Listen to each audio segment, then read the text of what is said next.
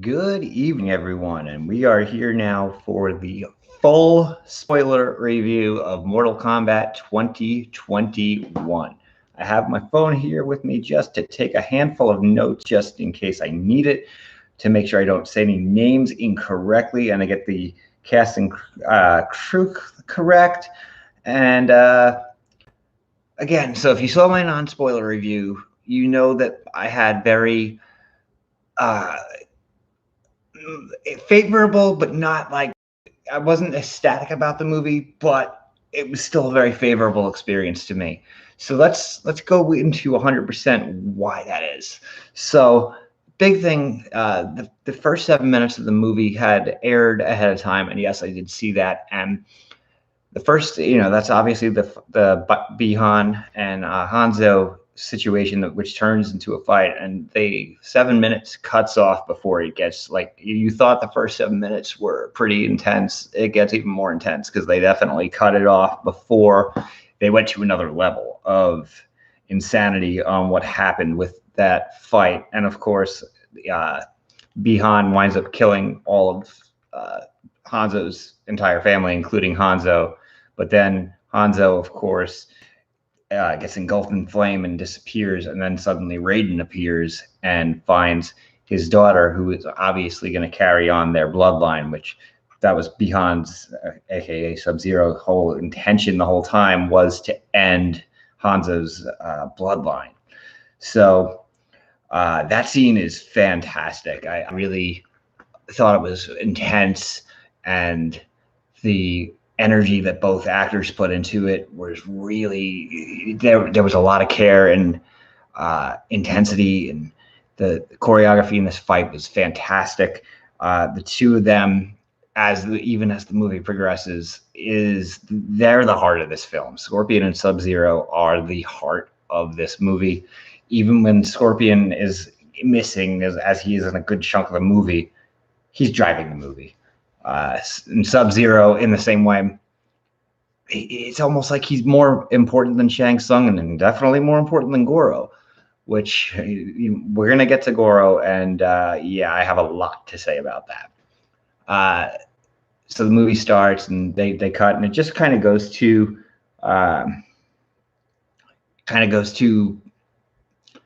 the three.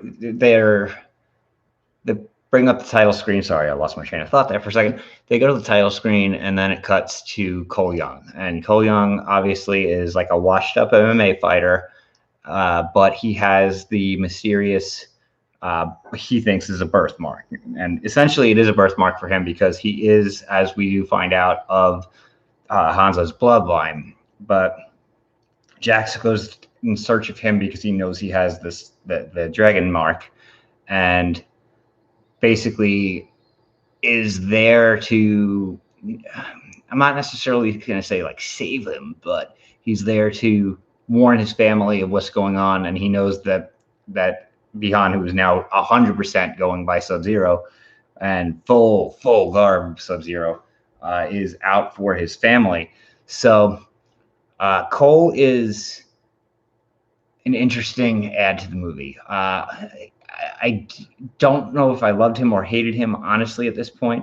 The acting he was okay. Louis Town was perfectly fine in the role.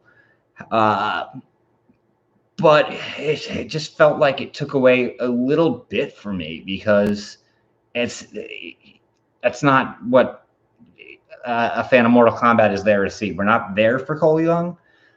He's an interesting character. He fits into where they took the lore of the character. But again, I didn't come to see Cole Young, and I did not come to see Cole Young kill a couple of the characters that he does. So he's fine. He's a perfectly acceptable character. It's just not what you expect in Mortal Kombat. So the scene, it was spoiled in the trailers. Jax basically gives them his car and takes one for the team and goes after Sub-Zero, and Sub-Zero just destroys him. And he gets a little bit of an homage to the original, freezes his gun, and then subsequently does what Ermac does in the game and freezes his arms and rips them off and just throws Jax aside like he is nothing. And that was a pretty cool visual scene, but it's like, how the hell did this guy survive this? There is, I mean, you have to have a level of disbelief in Mortal Kombat, but how the hell Jax is still alive after not only getting his arms both just ripped right off of his body, but then just getting tossed down, several stories. It was a little bit too much at that particular point in time for me. Jax is perfectly another one. And I feel like this is going to be a recurring statement that, he's perfectly fine in the movie. He doesn't really do anything to stand out. None of them do. And that's one of my little, the original 95 version has so much over the top acting, and you walk out of that saying like, this was fun. This is a great time. Whereas a lot of the acting in this one is fairly subdued. I mean, not all the way. We're going to get to Kano in just a second because he's almost in the movie. So when Cole gets sent to go find Sonya Blade, she has Kano with her. And she's, Sonya Blade basically in this role fulfills the role of Katana or Raiden in the first two, where she basically is there to explain what's happening. And I kind of get that they had to do this because they went with the whole birthmark, the symbol storyline here. And if Sonya doesn't go through that you'd be lost. So it makes sense in the context of this movie why they did that. It slows the pace down a little bit, but it was kind of necessary. And then, of course, we meet Kano. And let's talk about Kano for a little while here.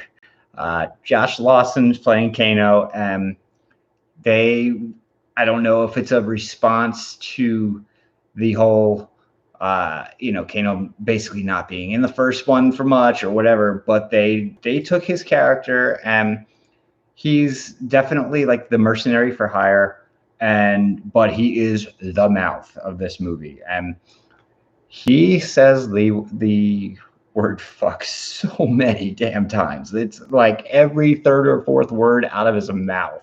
And he gets the biggest laughs in the movie. He 100% does. It's a fun role. I like the way that he kind of dove into it more so than anyone aside from Scorpion and Sub-Zero. The two of them, I think they understood their roles so well. And Kano, he is there, to be the levity of this film because it's a brutal movie. It's an absolutely brutal movie.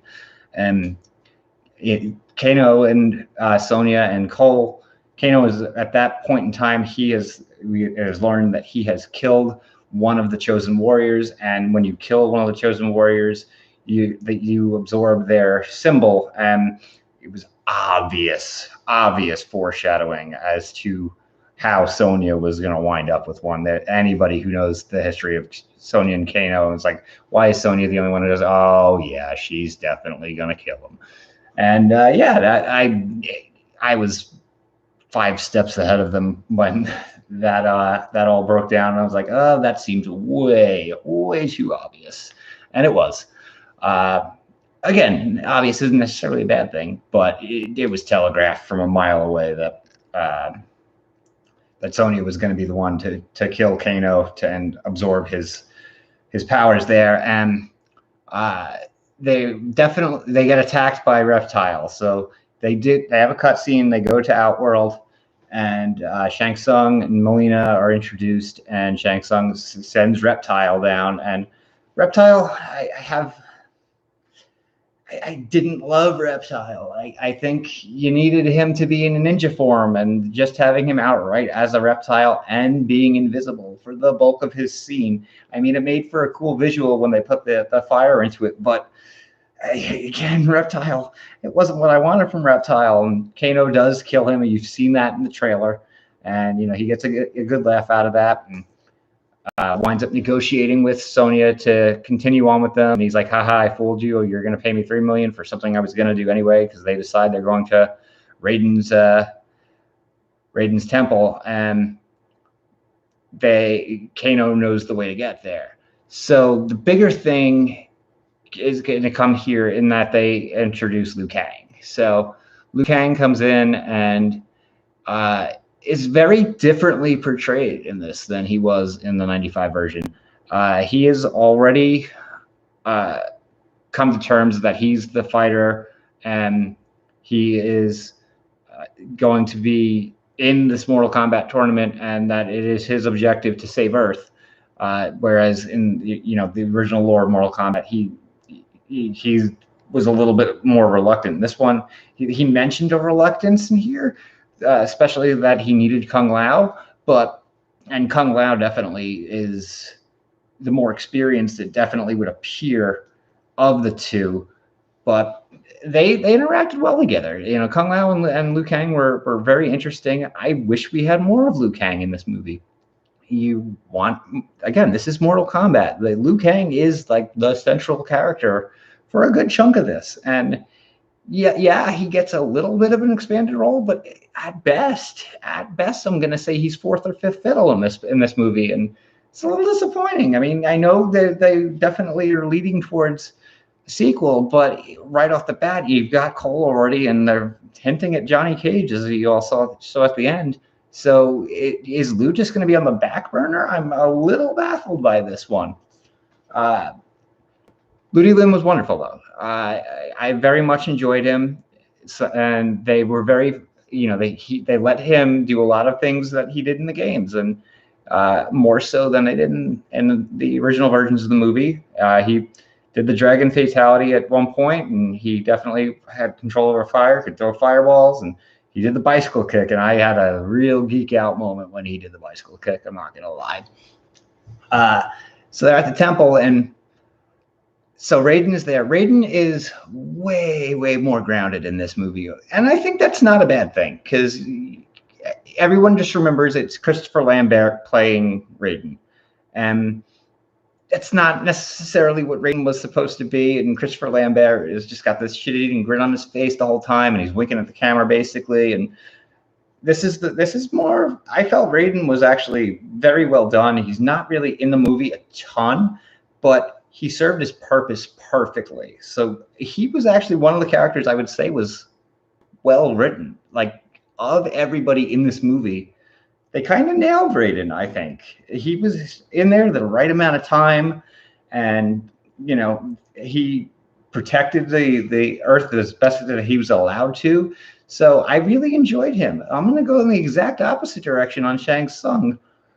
Shang Tsung is the big bad of this movie. He's barely in, and it's, again, this is your character, in Mortal Kombat lore. You are Shang Tsung, especially in the original, is the big bad, and he's just there.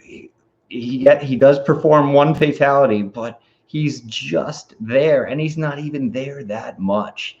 And obviously, this movie essentially is a setup movie, and maybe they're going to go someplace different with him. But Shang Tsung was disappointing to me. His minions, we got some surprises there that were not blatantly obvious in the promos.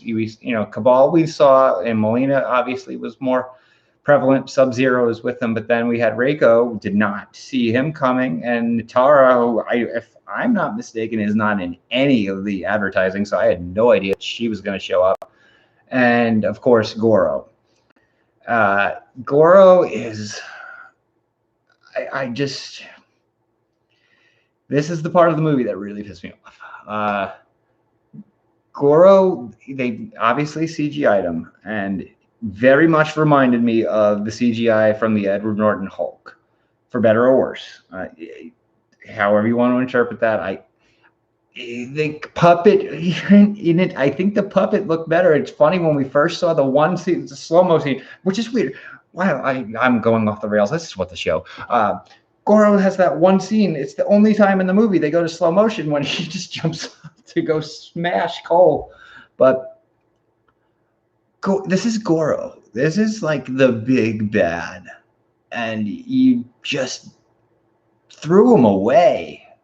Like, what the hell? I was actually quite agitated that they had Cole kill Goro. And, they obviously did a little hint at the end that he could come back, but why? Of all characters, of all the damn characters, you could have sent anybody to go fight Cole. And I know that Goro was the one who initiated his Arcana, but we'll get to the Arcanas in a second. But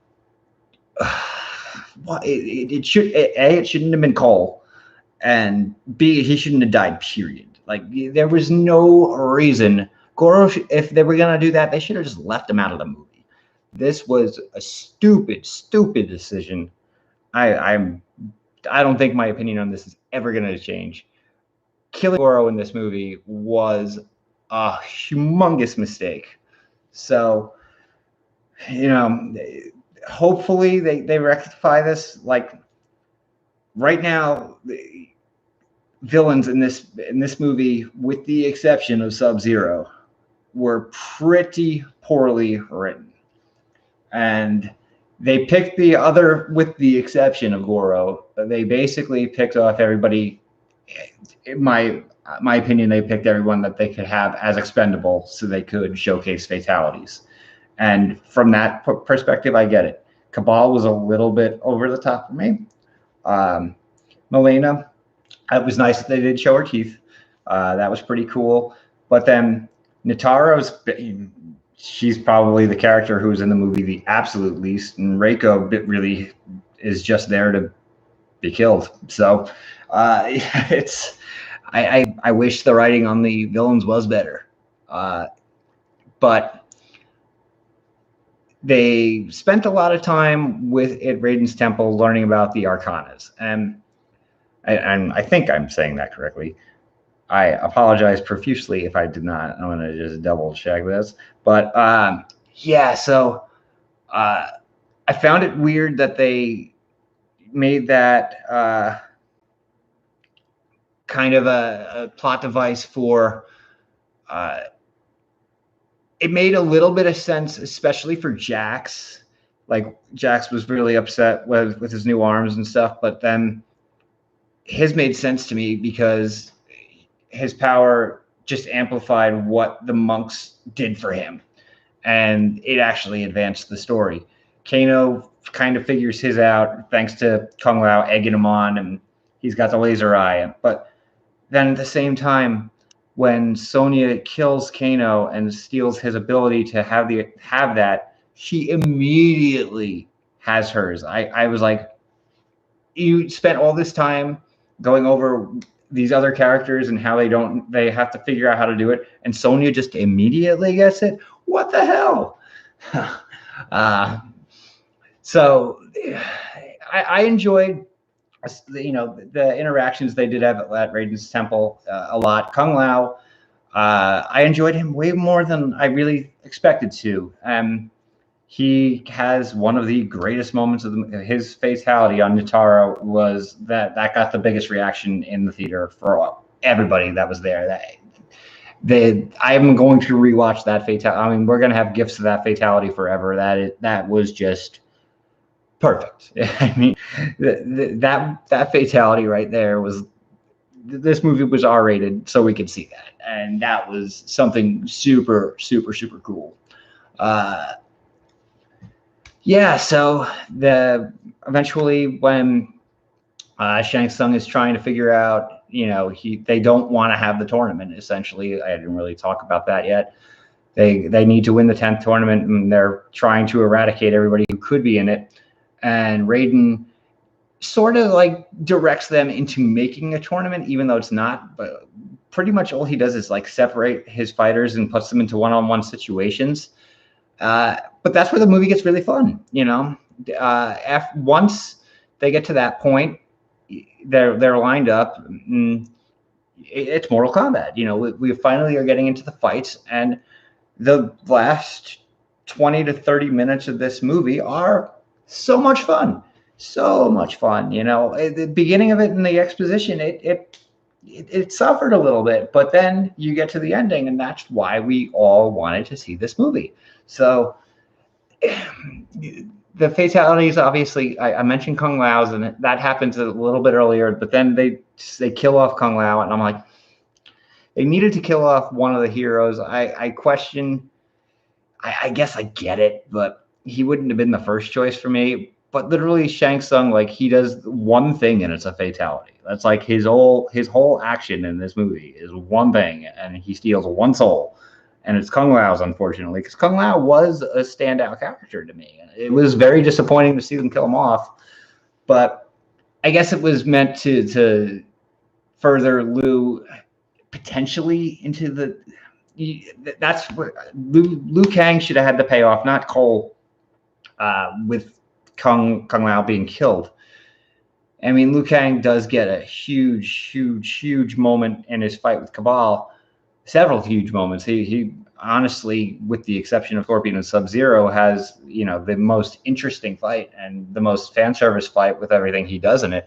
But I just wish he was the one who got the payoff. It shouldn't have been, Cole getting the yes, Cole makes sense in terms of where the story went with Scorpion, but it shouldn't have been Cole's movie. This is Mortal Kombat. This is Liu Kang. That's what it should have been. So we get through all of these eventual fights, and the one. So Sonya killing Kano with the garden gnome was funny, but I think it was they kind of had the little prelude to it earlier when Kano spit on it. It happened very abruptly, and I think it took a lot of people in my theater a second to realize what she did, because they didn't really directly show the gnome at first, and then it took a second to realize that that's what it was. It's a rare time. I'm like, well, you might have been better off like showing her hand reach down. Like, you might have needed to dumb it down for a second. Normally, but this is Mortal Kombat. You kind of need it to be dumbed down. Sonya and Kano, they have a better fight in this one than they did in 95, definitely. Kano is more fleshed out, and he's a total smartass. And from what we've heard, that's the reason that Johnny Cage was not in this movie, because they didn't want to have two smartasses in it. Kano, it was, he winds up being the reason that Shang Tsung's soldiers are able to invade Raiden's temple, because Cabal convinces him to jump ship, basically. And it makes sense from the Kano character. It was weird, I don't think the marketing, like, especially like the press releases and stuff, made you think that Kano was kind of on the Raiden side, and the whole time he was just ready to stab anyone on the back. He basically was like the Loki of this movie. Anything that benefited him, he was ready to do. And so it's a little disappointing of all of the fatalities. Again, Goro by far was the one that pissed me off the most.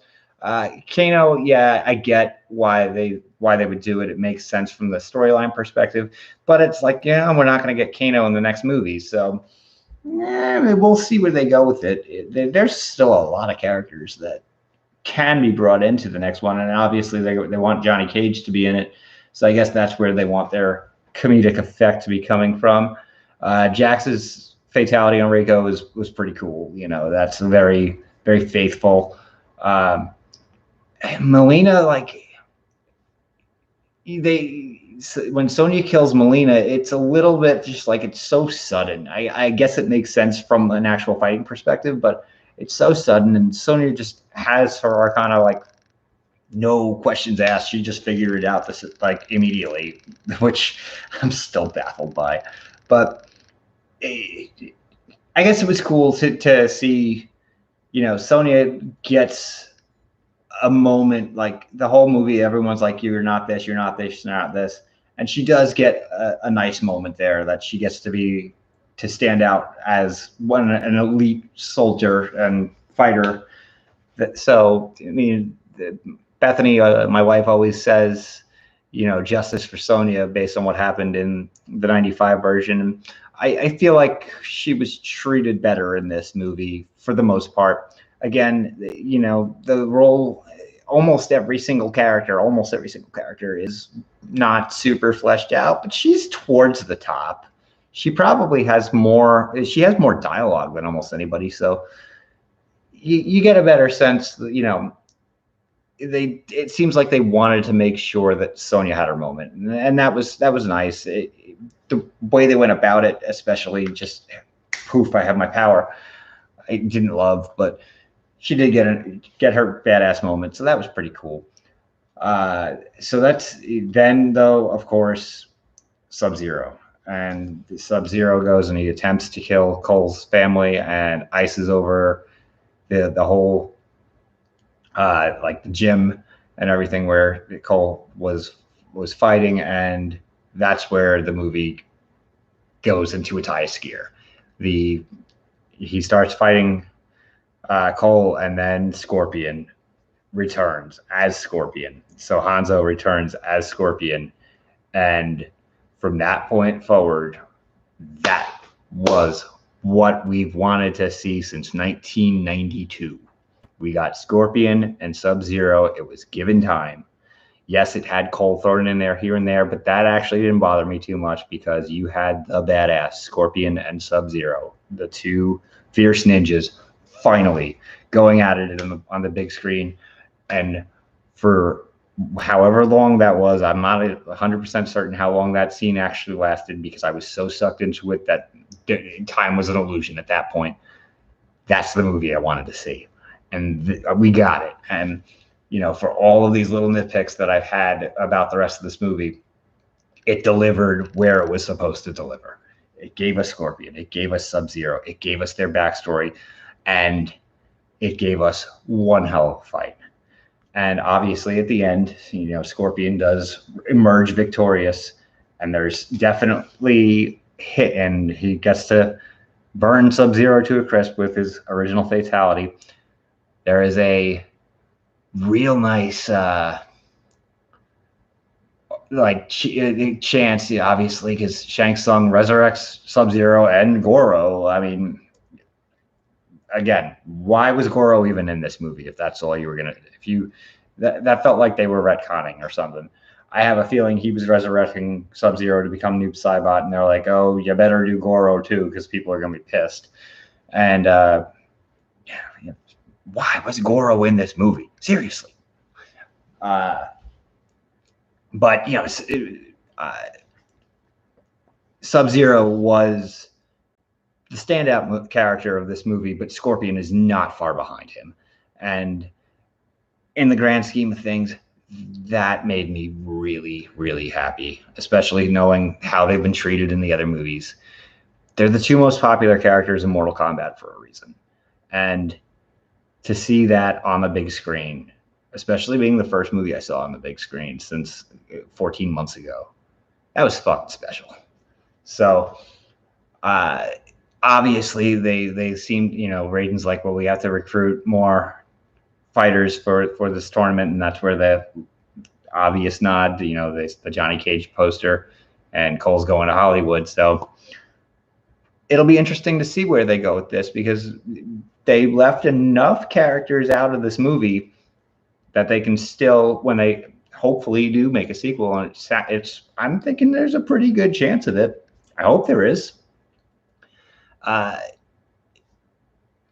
What they did in this movie with the ending in particular was essentially trying to create this universe in a way that does some justice to the source material, but makes it its own. Mixed results on that. I wish that the scenes just in the city and stuff with Sub-Zero, I really didn't care for that. But then again, at the end, they nailed it. So it's a mixed bag. It's a very mixed bag.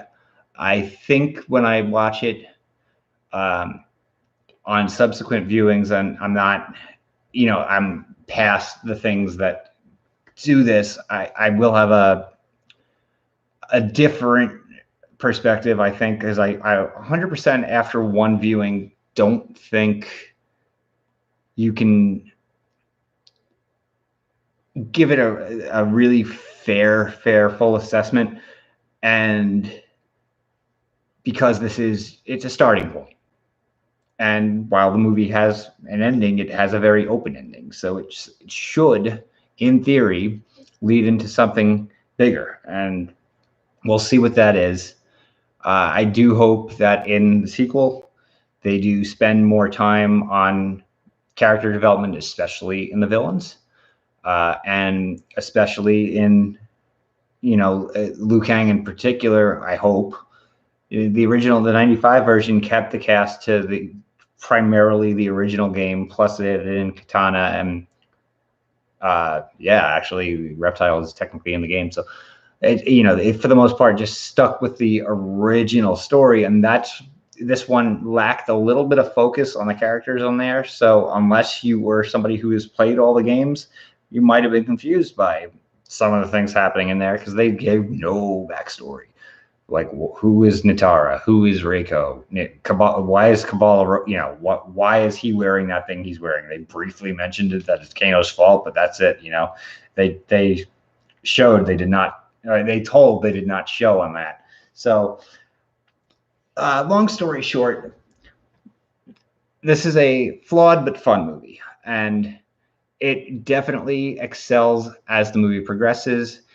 Definitely, if you struggle at the beginning, well, you're not going to struggle at the first scene, because the first scene is fantastic. And if you struggle after that, just keep chugging along, because it does get there at the end. It's this is the kind of trajectory that movie has. It starts with a real big high, slows down. There are parts of the first half hour to 45 minutes that are not that great, but then it finishes with a bang, and it stuck the landing. So again, I'm going to say my letter grade right now is going to be a B. I'm going to see it in theaters again, and obviously HBO Max has this for 30 days. I will watch it as many times as I can. I'm sure my wife is going to love that. But so that's basically my thoughts on Mortal Kombat. You're going to hear from everybody on the channel. If you're watching this prior to April 27th, we are going to do a Mortal Kombat Super Stream. We're going to have some pretty nice guests on that night too, who are all super fans of Mortal Kombat. We'll be talking all things Mortal Kombat, not just this movie, just kind of like the history of the games, the previous movies, merchandise, everything that's happened within this franchise that is so beloved by so many people. So with that, I'm going to say thank you very much. If you stuck through this whole 33-minute review, I salute you. And so I got through it. Good night, everyone.